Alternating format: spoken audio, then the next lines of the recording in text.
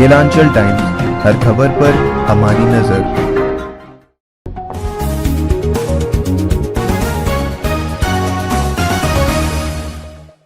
नमस्कार, केलांचल टाइम्स में आपका स्वागत है। आपके साथ मैं हूं नैनी मिश्रा। जैसा कि आपको पता है कि बिहार में पंचायत चुनाव हो रहे हैं और आपको ये भी पता है कि केलांचल टाइम्स की टीम लगातार इसी कोशिश में है कि सारे प्रत्याशियों का जो मत है, सारे प्रत्याशियों की जो विकास की नीतियां हैं वो आप तक हम पहुंचा सकें। इसी क्रम में हमारी आज टीम पहुंची हुई थी मुरली पंचायत, जहां पर कुछ प्रत्याशियों से हमारी बातचीत हुई। हमारी बात हुई आज वहां के मुखिया प्रत्याशी दिनेश प्रसाद सिंह जी से। क्या कुछ बातें हुई हैं उनसे, आइए देखिए इस रिपोर्ट में। नमस्कार, आप देख रहे हैं केलांचल टाइम्स। मैं हूं ओंकार झा। बिहार में गांव की सरकार चुनने का वक्त आ गया है। कई चरणों में मतदान भी हो गया और कई चरण का मतदान बाकी है। जहां जहां मतदान हो गया वहां पे लोगों ने अपना मुखिया भी बना लिया है। इसी तरह मैं भागलपुर से लगभग 30 से 35 किलोमीटर की दूरी पर रंगरा चौक प्रखंड में हूं मैं, और यहाँ के मुरली पंचायत में हूं। यहाँ के भावी प्रत्याशी दिनेश प्रसाद सिंह जी से बात करते हैं कि इनका चुनाव लड़ने का उद्देश्य क्या है, जो इनका चुनाव प्रचार कैसा चल रहा है। सर, केलांचल टाइम्स में जुड़ने के लिए बहुत बहुत धन्यवाद आपका। आपका चुनाव लड़ने का उद्देश्य क्या है? चुनाव लड़ने का उद्देश्य सर है, मैं इस गांव के किसान मजदूर के बीच, मेरे पिताजी भी किसान थे, जब तक मैं ज्वाइन नहीं किया था तो मैं भी खेती में लगा हुआ रहता था जी। और इसीलिए हुआ कि हम गांव मातृभूमि की सेवा के लिए, इस मातृभूमि में आज 50 वर्षों के बाद हम लोग देखते हैं कि पंचायती राज आया जी। और 4 पंचवर्षीय योजना यहाँ बीत गई, 5वां चरण का होने जा रहा है।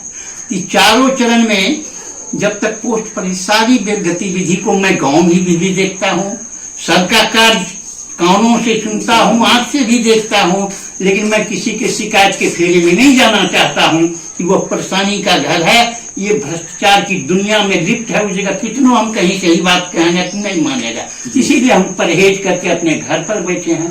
बच्चे सबका जो उद्देश्य हुआ वह भी चलना पड़ता है, इसलिए मैं रहा कि ठीक है रिटायर हो गए घर में रहे। लेकिन देखते देखते आप चुनाव जीतेंगे तो क्या क्या काम करेंगे? मेरा काम यही रहेगा कि भारत सरकार या राज्य सरकार के द्वारा जो भी कुछ सुविधा सारे लोगों के लिए दी जा रही है, वो वास्तव में जिनको मिलना चाहिए वह वहां तक पहुंचे।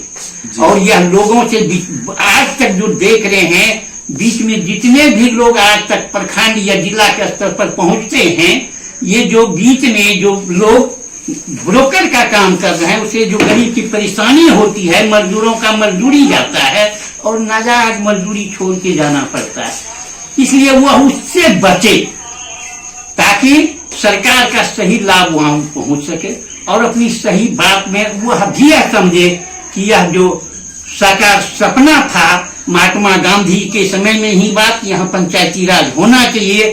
भारत गांव का देश है, यह गांव का राज होना चाहिए। जब तक गांव इस सबसे मुक्त नहीं होगा तब तक हमारा देश सही ढंग से विकास नहीं करेगा, जब तक गांव का विकास नहीं होता। इसलिए मेरा यही सोच है। इसी सोच के साथ मैं सबको देखते हुए कि मैं भी इस समाज के लिए सेवा के रूप में रहूंगा, सेवा करूंगा अपना सारा। आपके पंचायत में उप स्वास्थ्य केंद्र की व्यवस्था नहीं है सर अभी? जी नहीं है। तो हम इस व्यवस्था को आप कैसे देखेंगे? इस व्यवस्था को हम देखेंगे कि सरकार के नजदीक देखेंगे कि इसके चलते जो कमी है, इस कमी के लिए हम सरकार के नजदीक अपने प्रस्ताव को रखेंगे, उस व्यवस्था को यहाँ दिया जाए। शिक्षा, स्वास्थ्य, यह बहुत जरूरी है आम लोगों के लिए, और इसके लिए तुरंत बड़े बड़े दूरी में जाना पड़ता है, साधन खोजना पड़ता है, उसके लिए लोगों को पैसा एकत्रित करना पड़ता है। सभी लोग संपन्न नहीं, इसलिए तत्काल लोगों को सुविधा स्थानीय जगह पर हो सके, इसलिए सारी सुविधाएं उसको मुहैया कराई जाए ताकि लाचार लोग अपने इससे बच सकें, कि जिसको सामर्थ्य नहीं हम जा सकें भागलपुर या पटना, वो इससे बच सके ताकि प्राथमिक चिकित्सा उसकी यहाँ हो सके। आपके पंचायत की एक सबसे बड़ी समस्या है जल निकासी की। इस समस्या को आप कैसे देखें? इस समस्या के लिए जो पंचायत की राशि जो आती है, लोग सिर्फ बना देने से ही नहीं होता। अगर मैं सड़क बना दूंगा, अगर उस पर भी पानी का निकास की व्यवस्था नहीं करेंगे, सड़क बनने के बाद भी हमको कीचड़ में जाना पड़ता है। इस ढलाई रोड पर भी कीचड़ पर चलना पड़ता है। इसलिए पानी का सही निकासी, अपना पानी का निकास तो अपनी तरह से कर लेंगे, लेकिन यह ऊपर का दिया हुआ जो पानी है, भगवान का जल, अब जो वर्षा हो जाता है उसके चलते जो रास्ता बंद होता है, जो सड़क पानी होता है, उसके निकास की व्यवस्था करना बहुत जरूरी है। अगर यह पानी यहाँ जमा हुआ रह जाएगा, गंदा जल रह जाएगा, तो वह भी एक दिन बीमारी का घर हो जाता है, क्योंकि हम लोग उससे तरह तरह के उसमें हानिकारक कीटाणु पैदा होते हैं, और उसको सही ढंग से निकासी करके हम जगह पर नहीं पहुंचाएंगे तब तक लोगों को स्वास्थ्य लाभ नहीं हो सकेगा। और लोगों को संतुलित भोजन भी गांव में नहीं मिल पाता है, लोग उसका इलाज भी सही ढंग से नहीं करते। इसके लिए सही ढंग से निकासी उचित जगह पर पहुंचाने का इंतजाम पंचायत की राशि से करें। आपके पंचायत के ग्राम पंचायत के युवक बता रहे थे कि इस पंचायत में खेलकूद का मैदान भी नहीं है, तो हम लोगों को काफी परेशानी होती है इधर उधर जाने में, दौड़ने में, खेलने कूदने में। तो इस समस्या को आप कैसे देखेंगे? खेल का मैदान है सर, खेल का मैदान है, हम लोग भी खेलते थे उस समय, अभी के भी बच्चे खेल रहे हैं जी। और जहां तक है जाने आने की बात, जाने आने की बात, तो खेल का मैदान जो है अब इतना कम जमीन मूल्य में है, आबादी के हिसाब से इतना दृष्टिकोण से अधिकांश लोग यहाँ भूमिहीन है। लोग साधारण एक ठो स्कूल भी बगल में हो गया था, नया स्वीकृति करके आया था, उसके लिए लोगों ने आज तक जमीन नहीं दिया। और मेरे परिवार ने ही स्कूल में जमीन दिया था गांव में, उसी पर जिस समय की बिना राज्यपाल के नाम से दिए स्वीकृत नहीं होता था, उस समय हमारे पूर्वजों ने दिया था। उसके बगल में बिहार सरकार था, कागज जब तक सरकार की हमें देखा जाता था तब तक स्वीकृत नहीं होता था। उस समय की बात आप लोग भी जानते होंगे। बाद की बात, बगल के मोहल्ला चमखरा के यहाँ बच्चे आते थे, जमीन बगल दिया गया था, ज्यादा जमीन बिहार सरकार का था गांव के बगल में, उसमें विद्यालय बना दिया गया, खेल का भी मैदान है।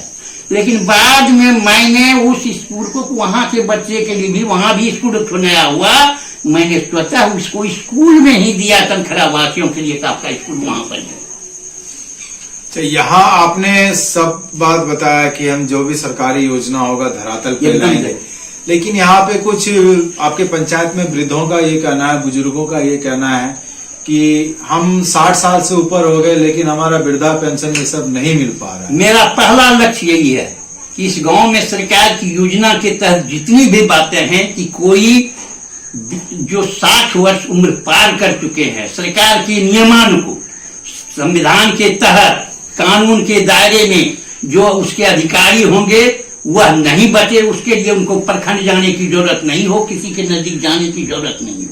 तीसरी बात, अगर कोई मौसमात है, कोई विकलांग है, वह इससे नहीं बचे, यह मेरी पहली सुविधा होगी। एक भी नागरिक, एक भी बच्चे ऐसे विकलांग उस राशि का लाभ लेने के लिए नहीं बचे, जिसके लिए उनको ब्लॉक भी जाने की परेशानी हो। बार बार उसका रिपोर्ट में सरकार से करूंगा, प्रखंड से करूंगा, अनुमंडल से करूंगा, वह काम जहां से होगा वहां जाने में मैं सक्षम हूं और जाऊंगा।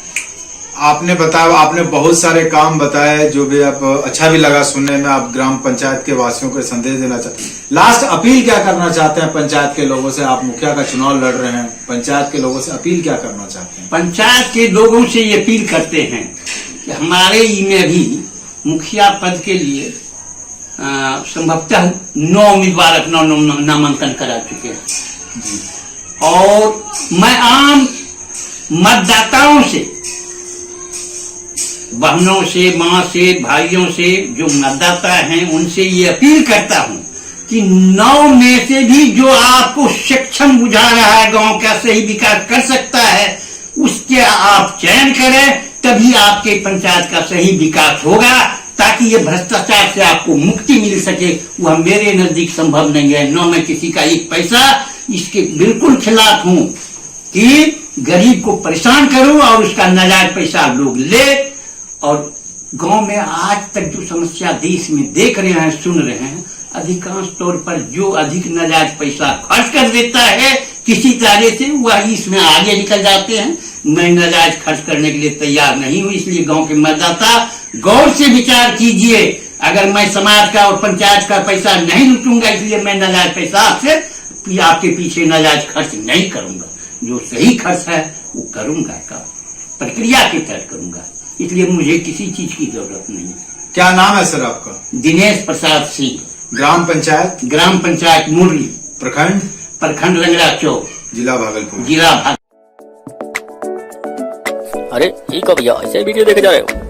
तनिका सब्सक्राइब कर लो और हाँ, घंटा का बटन जरूर दबाना, तब हमारे वीडियो का नोटिफिकेशन सबसे पहले मिलेगा।